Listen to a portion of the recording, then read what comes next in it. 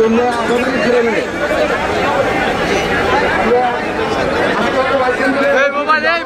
সামনে মোবাইল তোমাদেরকে পড়াই, আমরা জানি তোমাদের কষ্টের পরিমাণ কেমন। শুরু থেকে এই বিশ্ববিদ্যালয়ের আমি একাডেমিক থাকার কারণে এদের সাথে আমরা জড়িত ছিলাম। তোমরা মাঠে ছিল বলে আমরা কিছু জায়গা পেয়েছি, আর তোমরা যে ধৈর্যের বাদ হয়ে গেছে এ বিষয়ে আমিও একমত।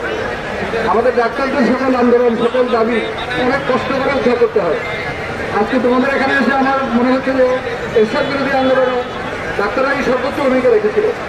রাজপথে আন্দোলন করতে গিয়ে আমাকেও আর্মিরা ধরে নিয়ে গেছিল এরকম সময়, ডিসেম্বর নভেম্বরের দিকে। তো কিছু ভূমিকা ছিল, তাদের আন্দোলন ছিল ফল হয় না, এদের সাথে আমরা একমত। একই সময় ডাক্তাররা রাজপথে আন্দোলন করছে, চিকিৎসাও দিয়েছে। তার মানে হচ্ছে কি, ডাক্তার তার অধিকার আদায়ে সক্ষম, আন্দোলন করতেও সক্ষম, আবার জনভোগান্তি দূর করতেও সক্ষম।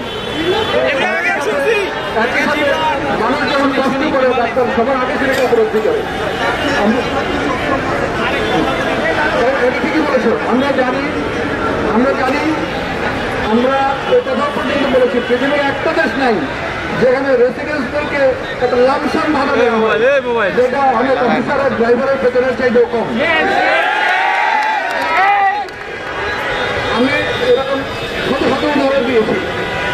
এমনকি আমাদের দেশে দেখেন বেসরকারি এমপিও শিক্ষকদেরকেও বেসরকারি প্রতিষ্ঠান, বেসরকারি শিক্ষক তাদের ভাড়া দেওয়া হয়।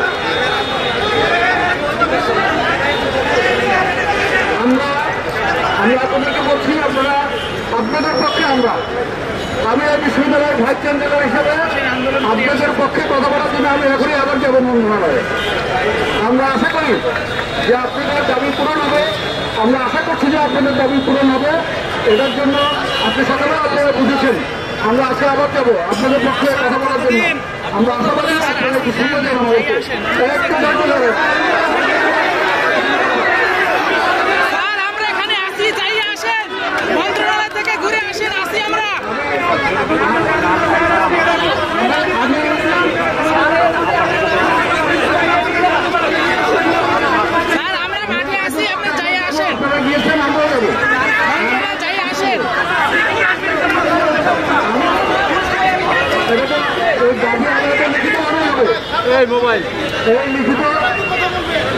লিখিত দাবি আদায় করার জন্য সেটার জন্যই তো যাচ্ছি আমরা।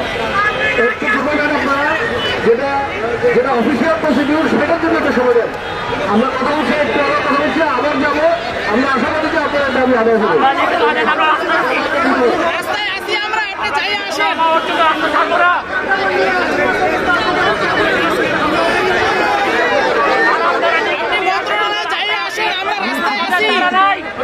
আমরা এখানে রাস্তা